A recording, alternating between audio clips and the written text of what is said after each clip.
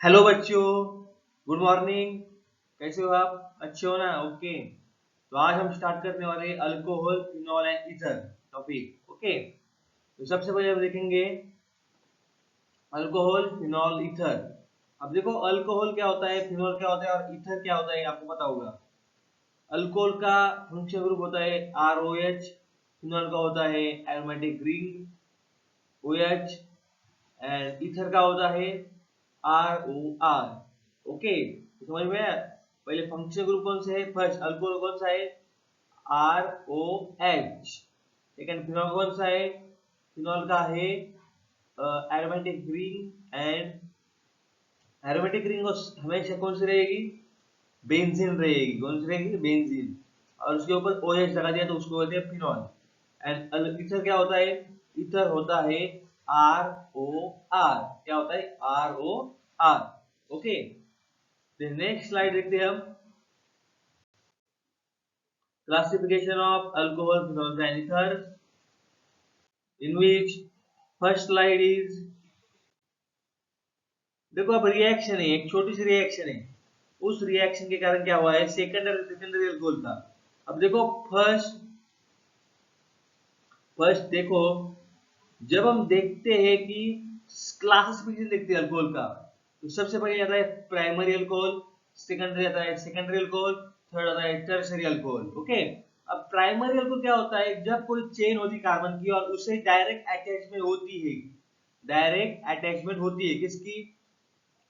Alcohol की, OH group की, chain position में। ओके। उसकी कोई ब्रांच नहीं है, कोई नहीं है, ब्रांच होगी तो भी थोड़ी दूर होगी। और जो ज्वाइनिंग है वो प्राइमरी कार्बन से, कौन से कार्बन से? प्राइमरी कार्बन से, मतलब CH2 से है। CH2 से है। ओके। तब वो बनता है प्राइमरी अल्कोहल। क्या बनता है? Primary alcohol. Secondary alcohol, secondary alcohol में क्या होता है? सेकेंडरी अल्कोहल में होता है, सेकेंडरी अल्कोहल जब देखते हैं हम, तो उसमें जब CH को एक OH अटैच है, CH को, इसके CH को ऑलरेडी उसके ऊपर कोई दूसरा ग्रुप होगा, कार्बन के ऊपर CH2 था पहले, तो CH होगा। CH के ऊपर एक ग्रुप अटैच है, और उसके बाद में OH अटैच है CH को, तो उसे हम कहेंगे secondary alcohol. Okay. Next is tertiary alcohol. जब तीन ग्रुप अटैच है एक कार्बन को, CH3 CH3 CH3 या कोई और ग्रुप। ओके। और एक ही फ्री है, फ्री एंड को, ओके, एक ही फ्री एंड है, फ्री एंड को अटैच है C को OH, तो उसे कहते हैं टर्शियरी अल्कोहल। समझ में आया? What is primary, what is secondary, what is tertiary? तो प्राइमरी में क्या होता है? प्राइमरी में होता है CH2 को अटैच, सेकेंडरी में होता है CH को अटैच, टर्शियरी में होता है C को अटैच। ओके, बेसिक कंसेप्ट है। अब देखो, एक रिएक्शन, एक ऑक्सीडेशन ऑफ सेकेंडरी अल्कोहल। जब कोई ऑक्सीडेशन होता है सेकेंडरी अल्कोहल का, तो फॉर्म होता है कीटोन, कीटोन फॉर्म होता है। ओके। वैसे ही प्राइमरी अल्कोहल का कोई ऑक्सीडेशन होता है, प्राइमरी अल्कोहल का कोई ऑक्सीडेशन होता है तो क्या होता है? अल्डेहाइड फॉर्म होता है। क्या होता है फॉर्म? अल्डेहाइड।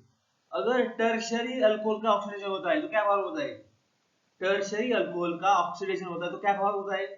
अरे यार, टर्शियरी अल्कोहल का ऑक्सीडेशन नहीं हो सकता। कैसे नहीं हो सकता?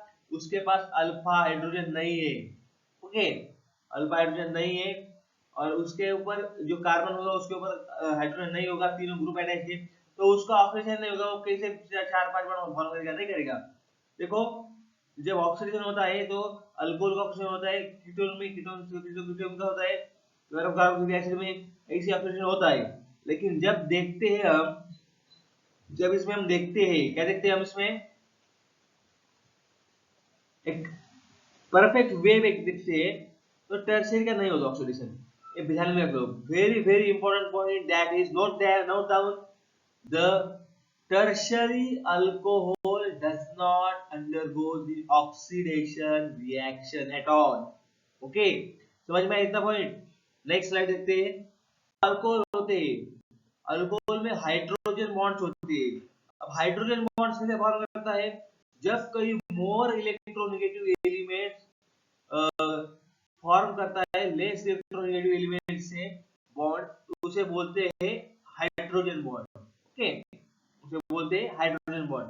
Perfectly hydrogen bond is seen between oxygen and hydrogen in the same molecules.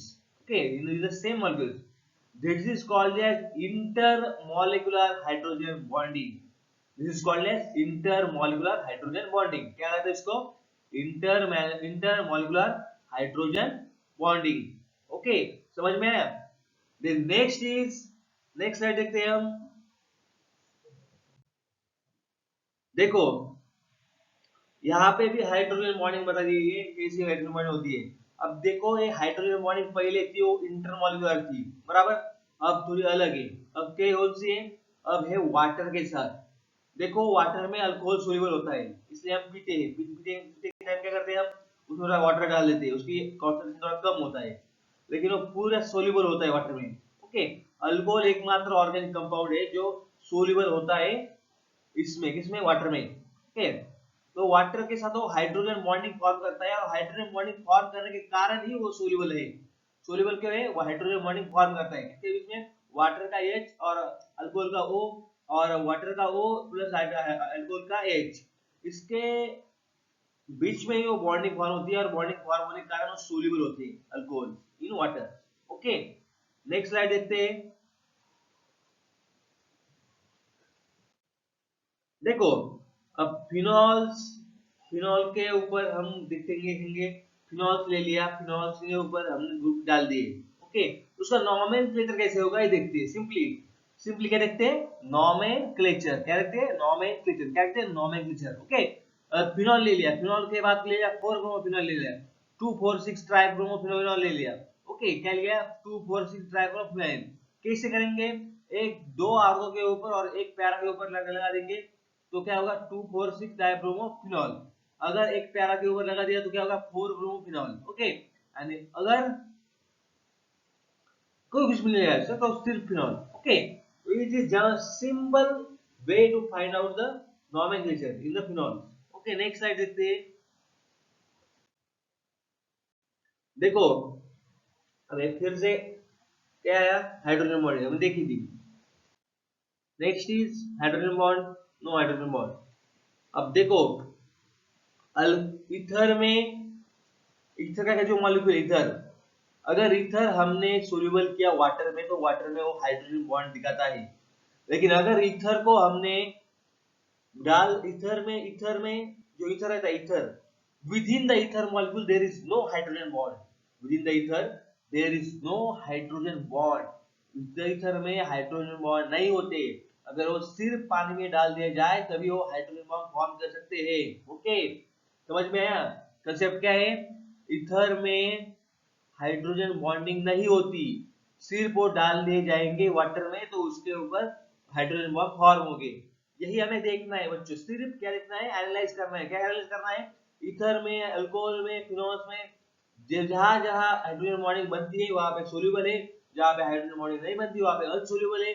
और अगर हम देखेंगे ईथर मॉलिक्यूल्स में तो इंटरमॉलिक्यूलर ईथर में वो हाइड्रोजन बॉन्डिंग नहीं है। ओके, इसलिए उनका बॉइलिंग पॉइंट थोड़ा कम होता है, मेल्टिंग पॉइंट कम होता है। मेल्टिंग पॉइंट तो कम होगा ही, बॉइलिंग पॉइंट कम होता है। ओके, नेक्स्ट स्लाइड देखते हैं। अब देखो number of carbon atoms and water solubility.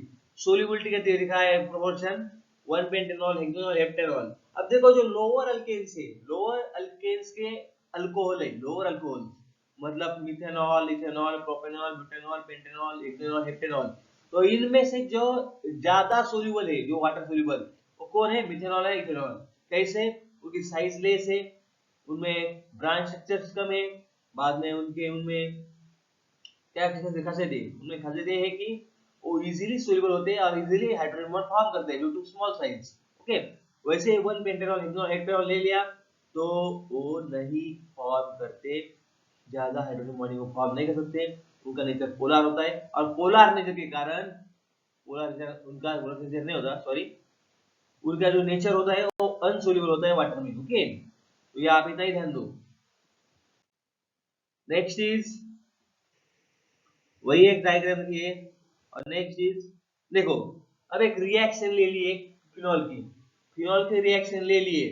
अब देखो इस फिनॉल के रिएक्शन में क्या क्या हमने KOH डाल दिया, पोटेशियम हाइड्रोक्साइड। ओके, तो क्या हुआ, सॉल्ट फॉर्म होगा और H2 बाहर हो गया। ओके, तो इतना ही सिंपल रिएक्शन था।